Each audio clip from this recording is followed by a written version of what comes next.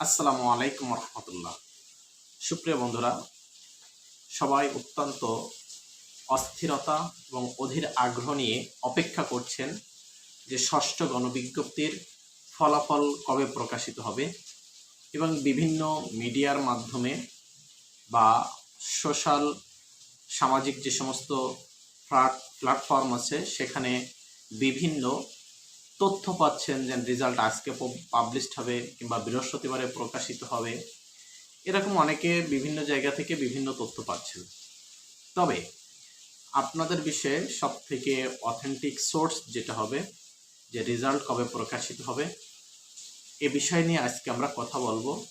তবে result published হওয়ার পিছনে দেরি হচ্ছে কেন, মানে আপনাদের ষষ্ঠ গণবিজ্ঞপ্তির সে প্রাথমিক সুপারিশ করুক বা চূড়ান্ত সুপারিশ করুক, এটার পিছনে দেরি হওয়ার উল্লেখযোগ্য যে কারণটা সেটি হচ্ছে যারা ই সনদে ভুল এসেছিল, যাদের এই ই সনদ এখনো পর্যন্ত কিন্তু সংশোধনের কাজ শুরু করেনি। সেক্ষেত্রে এখনো পর্যন্ত গতকালকেও যে তালিকা সেটাতে দেখা যাচ্ছে কি ই সনদ সংশোধন করার জন্য গতকালকেও কিন্তু সুপারিশ গ্রহণ করা হয়েছে এবং এই ই সনদ সংশোধন না করে কিন্তু আপনাদের ষষ্ঠ গণবিজ্ঞপ্তির ফলাফল প্রকাশ হবে না। একটা উল্লেখযোগ্য কারণ। এছাড়াও আদালতে যে আইনি জটিলতা রয়েছে, এই জটিলতার এখনো ক্লিয়ারেন্স না আসা পর্যন্ত আপনাদের ষষ্ঠ গণবিজ্ঞপ্তির ফলাফল প্রকাশ হবে না। সেক্ষেত্রে নিশ্চিত করে এটা বলা যায় যে এই জুলাই মাসে আপনাদের ষষ্ঠ গণবিজ্ঞপ্তির ফলাফল প্রকাশ হবে না।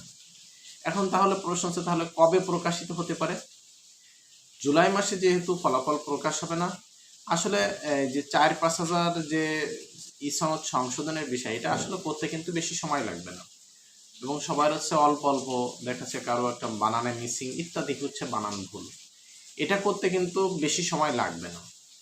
সেক্ষেত্রে যেহেতু এটা এখনো কার্যক্রমই শুরু করেনি, সেক্ষেত্রে তো ফলাফল প্রকাশ হওয়ার সম্ভাবনা নাই। এক্ষেত্রে আপনাদের ফলাফল আশা করা যায় আগামী মাসের অর্থাৎ আগস্টের 10 তারিখ, প্রথম 10 তারিখের ভিতরেই আপনাদের ফলাফল প্রকাশিত হওয়ার আশা করা যায়। এবং যারা বিগত বছর এনটিআরসি গণবিজ্ঞপ্তির ক্ষেত্রে যা করেছে, অর্থাৎ যেমন সময়টা ক্ষেপণ করেছে, সেই তুলনায় এবছর কিন্তু কমই সময় নেবে এনটিআরসি। এবং বিগত বছর এক একটা পরীক্ষা যত দেরিতে কমপ্লিট করেছে, সেই তুলনায় কিন্তু 18তম প্রার্থীদের পরীক্ষাগুলো খুব দ্রুত সম্পন্ন করেছে। এজন্য আশা করা যায় আগামী মাসের 10 তারিখের ভিতরেই আপনাদের ষষ্ঠ গণবিজ্ঞপ্তির ফলাফল প্রকাশিত হবে। সেখানে হয়তোবা আপনাদের প্রাথমিক সুপারিশও দিতে পারে অথবা চূড়ান্ত সুপারিশ দিতে পারে। তবে আমরা আশা করি যেন আপনাদের চূড়ান্ত সুপারিশটা আসে। যদি চূড়ান্ত সুপারিশ আসে তাহলে আপনাদের ভোগান্তি কম হবে এবং এনটিআরসির কার্যালয়ে যে নতুন করে আর আপনাদের কোনো ডকুমেন্টস জমা দেওয়া লাগবে না, সব কিছুই আপনাদের অনলাইনের মাধ্যমে করলে হবে। এবং আরও একটা যে বিষয়টা, সেটা আপনাদের জন্য দোয়া করি যেন আপনাদের অটো এমপিও চালু হয়। যদি অটো এমপিও চালু হয় তাহলে আপনাদের সবার সুবিধা হবে। আর অটো এমপিও যদি চালু না হয় তাহলে প্রায় 35টার মতো ডকুমেন্টস আপনাদেরকে কালেকশন করে জমা দেওয়া লাগবে। এই জন্য এই দুটো দাবি যেন আপনাদের চূড়ান্ত সুপারিশ হয় এবং অটো এমপিও চাই। এবং কারা কারা চূড়ান্ত সুপারিশ চান এবং অটো এমপিও চান কমেন্ট বক্সে জানাবেন। যারা নতুন আছেন চ্যানেলটি সাবস্ক্রাইব করে আমাদের সাথে থাকবেন।